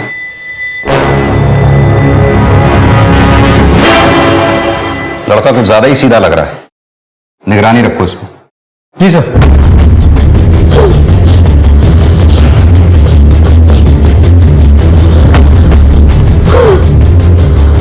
वो भी तेरे राजू की तरह ही मुझसे बहुत प्यार करता था।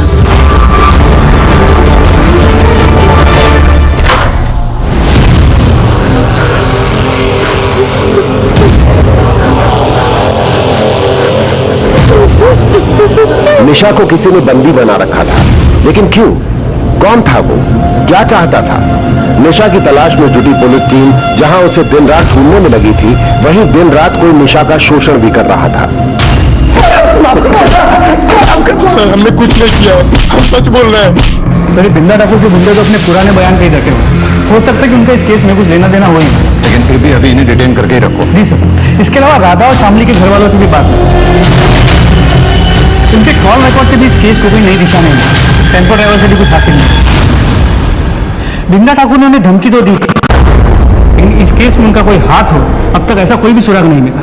अनुज, पता लगाओ कि इस एनजीओ ने सिर्फ बिंदा ठाकुर से ही दुश्मनी ले रखी थी या कोई और भी था जिससे इनकी दुश्मनी थी? नहीं सर, हमने इस दिशा में भी टटोला है, ऐसा कुछ नहीं। यानी कि अब निशा के सुराग मिलने पे ही ये डिपेंड करता है कि हमारे इन्वेस्टिगेशन की दिशा क्या हो। बेटा अभी तक आप सोए नहीं? चलो सो जाओ जल्दी से फटाफट। मम्मी की याद आ रही है। हम भी आपकी मम्मी जैसे हैं ना। चलो अभी आप सो जाओ, फिर कल हम मम्मा के पास चलेंगे, ठीक है? चलो गुड बॉय, सो जाओ आराम से। हाँ, गुड नाइट, बाय।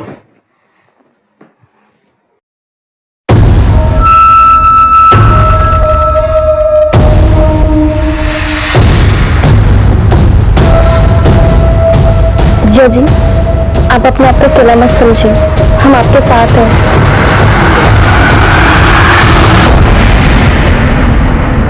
तो संगीता के कॉल रिकॉर्ड्स में ये कई ऐसे नंबर हैं जो सिर्फ 4 से 5 दिन या एक सप्ताह इस्तेमाल करके बंद कर दिए गए, और ये सभी नंबर्स किसी सिद्धार्थ वर्मा की फेक आईडी पे रजिस्टर्ड है। और पता करो ये सिद्धार्थ वर्मा के नंबर्स बाकी 3 लड़कियों के कॉल रिकॉर्ड्स में भी हैं क्या?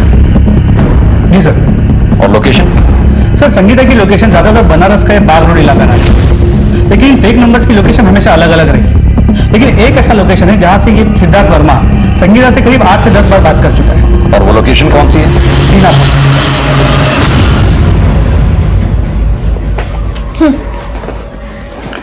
Thank you. सुनिए, इस बार आप फिर से 5-6 दिन बाद आएंगे? नहीं, जल्दी आ जाऊंगा। तुम्हें कुछ जरूरत होगी तो बताना, मैं वहीं से अरेंज कर दूंगा। लेकिन कोशिश कीजिएगा कि जल्दी आ जाए। पक्का।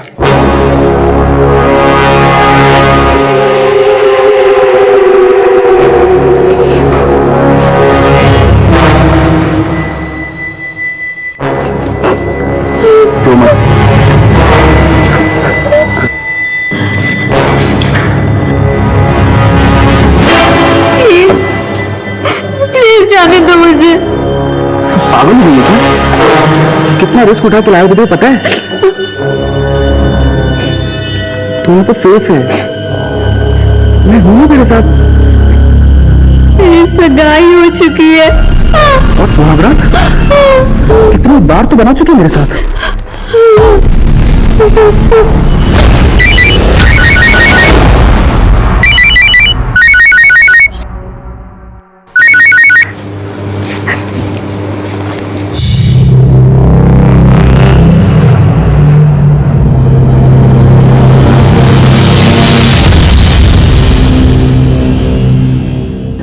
सर जिन फेक नंबर से संगीता की बात हुआ करती थी, बाकी तीनों लड़कियों के कॉल रिकॉर्ड्स में उनमें से कोई भी नंबर नहीं है।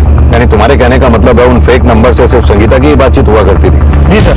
तो संगीता के मोबाइल लोकेशन के हिसाब से उसका घर यहाँ आगे संतोष नगर में।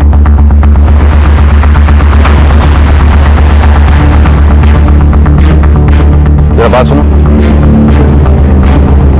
इस लड़की का नाम संगीता है, जानते हो कहाँ रहती है?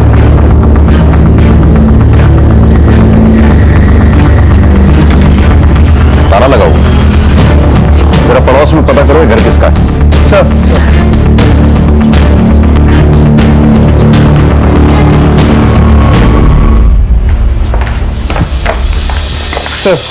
ये घर इनका? हाँ सर, किराए पे दे रखी है। कौन रहता है यहाँ? एक संगीता नाम की लड़की है। अकेली रहती है या किसी के साथ रहती है?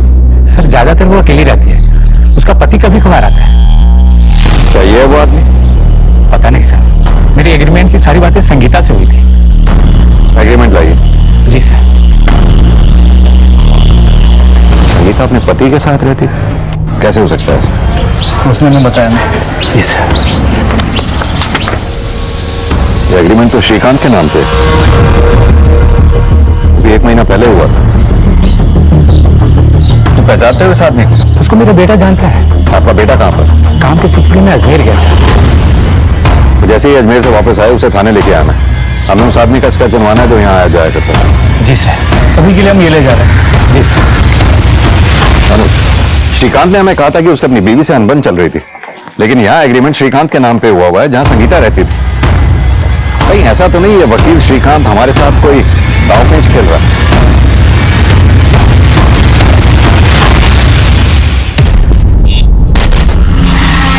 घर जल्दी आइएगा, हम बना देते हैं। रहने दीजिए, हम कर लेंगे।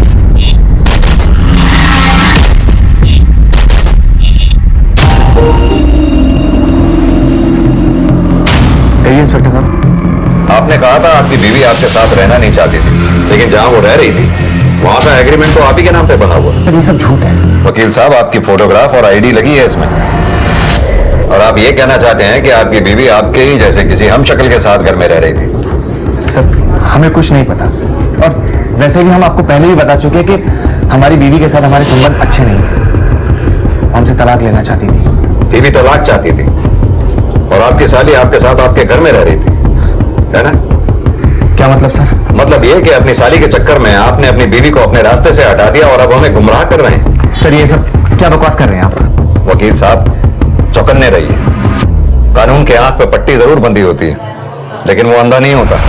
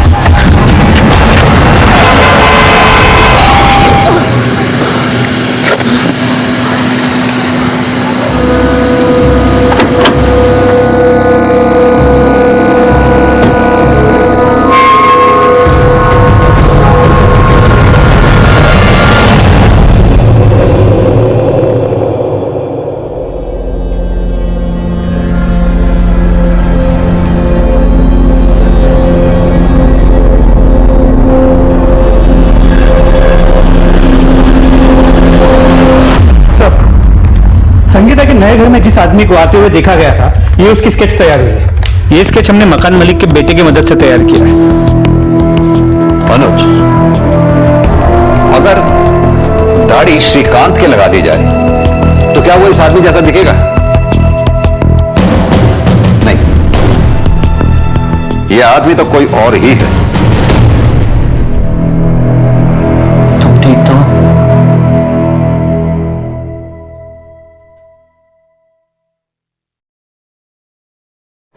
क्या हुआ निशा? मुझे डर लग रहा है राजू। निशा, अब डरने की जरूरत नहीं है, तुम सेफ हो। जो तुमसे डर लग रहा है। मुझसे क्यों? तुम मुझे छोड़ तो नहीं दोगे ना? निशा, तुम ये फालतू की बातें सोचना बंद करो। तुम्हें आराम की जरूरत है। हाँ, तुम आराम करो।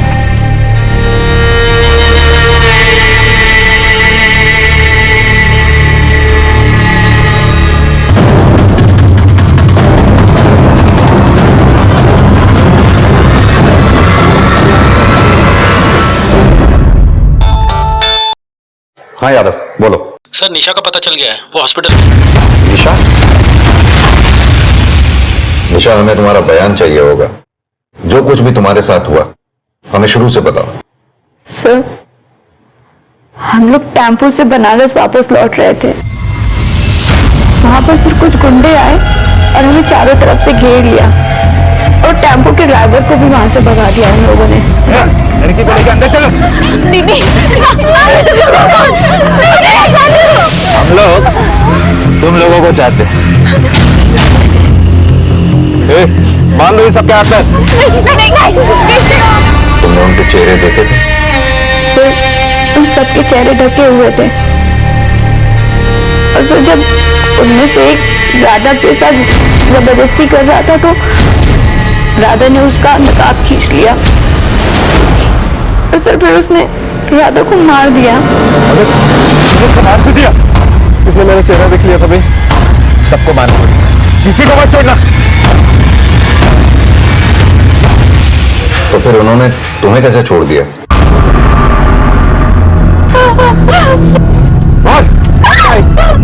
इसको नहीं। क्या बोला? ये मुझे पसंद है। पागल हो गया क्या?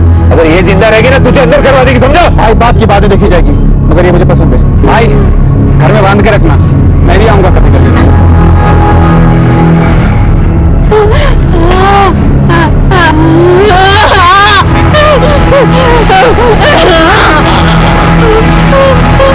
चलो।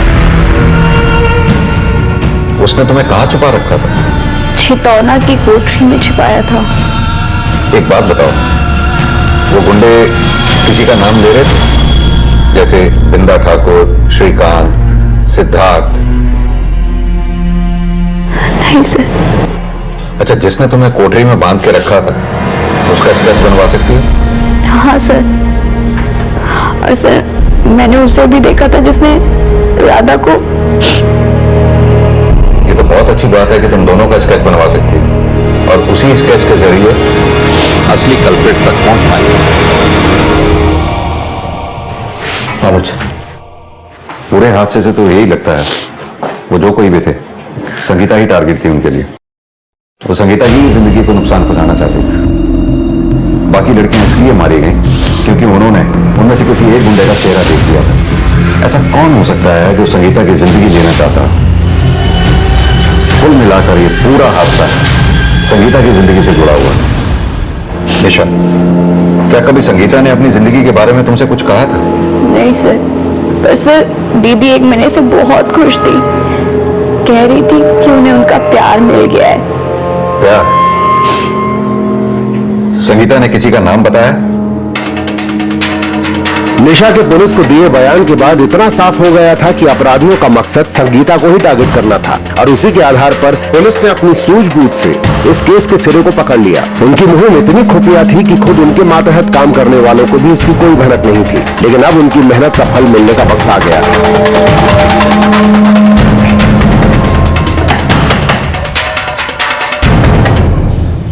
क्या बात है साहब? आपका बेटा कहाँ है? आप ऐसे कुछ नहीं बताएंगे। यादव, इन्हें थाने लेकर चलो, वहीं बात करेंगे इनसे। साहब बात क्या वो तो बताइए साहब। आप ऐसा नहीं कर सकते साहब मेरे साथ। हम बहुत कुछ कर सकते हैं, आपकी उम्र का लिहाज कर रहे हैं हम। बैठाओ इन्हें गाड़ी में। साहब गलती क्या मेरी? साहब ये हो क्या रहा साहब? सीधी तरह से बताइए आपका बेटा है कहां पर? अब ये मत कहिएगा कि बेटा मर चुका है। साहब मुझे कुछ समझ में नहीं आ रहा साहब। आप बस इतना समझ लीजिए कि जब पुलिस आपके पास पहुंच सकती है तो थोड़ी मेहनत करने पे आपके बेटे के पास भी पहुंच सकती है। बेहतर होगा हमारा काम आसान कर दें।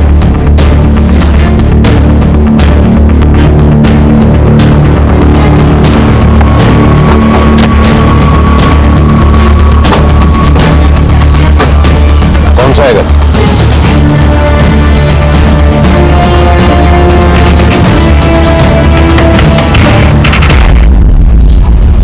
आपके पति घर पे हैं? हाँ।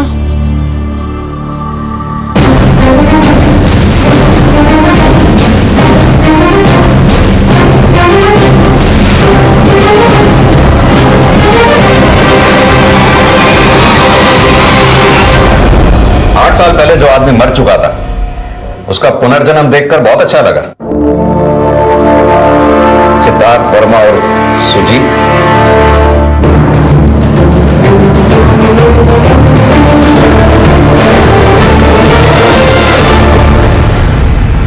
सर आपको जरूर कोई गलतफहमी हुई है।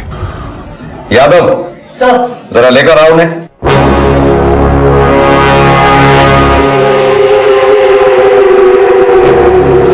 पापा समझे निशा ने क्या कहा था? दीदी ने बस इतना कहा कि उन्हें उनका पहला प्यार मिल गया। यह है संगीता का पहला प्यार।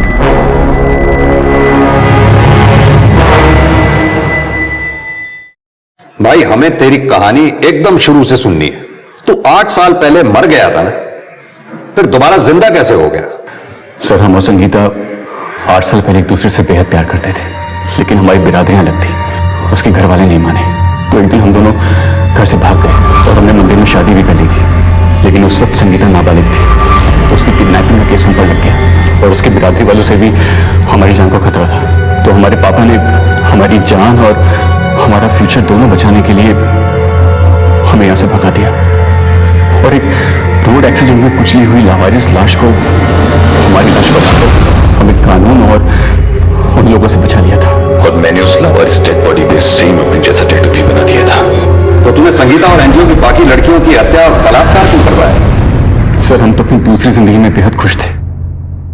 सर हमने तो शादी भी कर ली थी, बैंक में अच्छी नौकरी भी लग गई थी, लेकिन फिर जब हमारा ट्रांसफर दिल्ली से यहाँ बनारस होने लगा तो अपना चेहरा छुपाने के लिए हमने दाढ़ी मूंछ रखना शुरू कर दी ताकि कोई हमें पहचान न सके।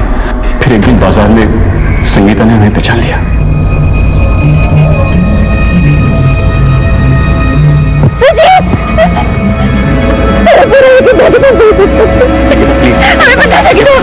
थोड़ा धीरे बोलो प्लीज, हम सबर में जानते हैं। लेकिन वो चुप ही नहीं हो रही थी, तो उसे लेकर मैं अपने दोस्त के यहाँ चला।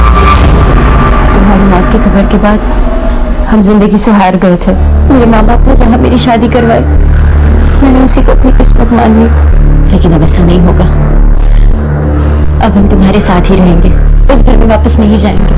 और वैसे भी हमारी शादी तो आज से 8 साल पहले ही हो चुकी थी।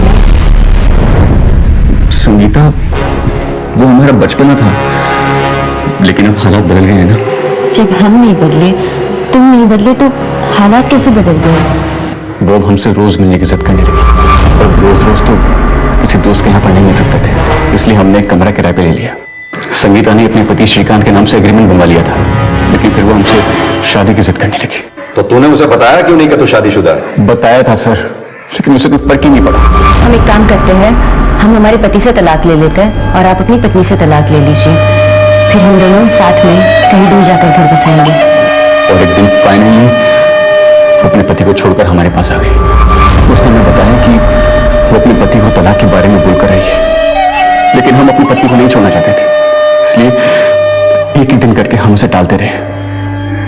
फिर एक दिन उसने हमें बिंदा ठाकुर के बारे में बताया।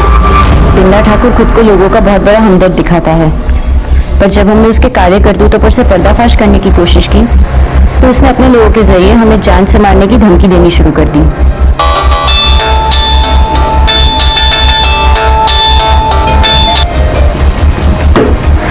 किसका फोन था? किसी का नहीं।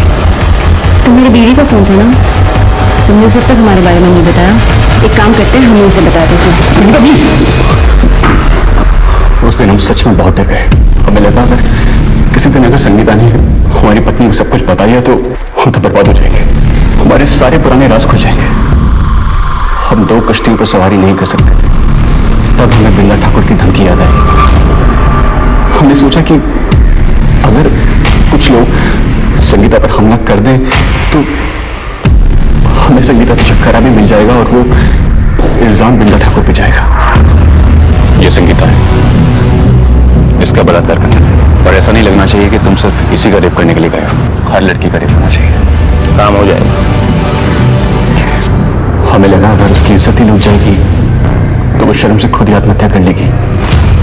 हमारा उसे मरवाने का कोई इरादा नहीं था सर, लेकिन हमने जो कुछ भी किया वो सिर्फ अपने परिवार को बचाने के लिए किया सर। कितने सुंदर विचार हैं तेरे। अगर अपने परिवार को बचाने का इतना ही ख्याल होता तो दोबारा संगीता से मिलता ही नहीं, और अगर मिलता भी तो संगीता को अपनी शादी बचाने की सलाह देता, पर तू तो उसका फायदा उठाना चाहता था। दरअसल तेरी प्रेम कहानी में तूने कभी संगीता से प्यार किया ही नहीं, संगीता ने तुझसे प्यार किया। अनुज, मौत का झूठा नाटक रचने के आरोप में इसके बाप को भी गिरफ्तार करो, सोएंगे दोनों जेल में। सर सुजीत के इवालिया बयान के बाद पुलिस ने हर मुजरिम को घसीटकर सलाखों के पीछे कर दिया। संगीता से पीछा छुड़ाने के लिए सुजीत ने बड़ा ही गलत कदम उठाया, जिसकी कीमत संगीता को अपनी जान और आबरू देकर चुकानी पड़ी। याद रखिए, जिंदगी में कई मोड़ आते हैं, लेकिन एक बार रास्ता चुनकर आगे बढ़ने के बाद पीछे पलटने से पहले सभी पहलुओं को गौर से देख लेना चाहिए। इस तरह के और भी एपिसोड देखने के लिए हमारे चैनल को सब्सक्राइब करें और बेल आइकन दबाना ना भूलें।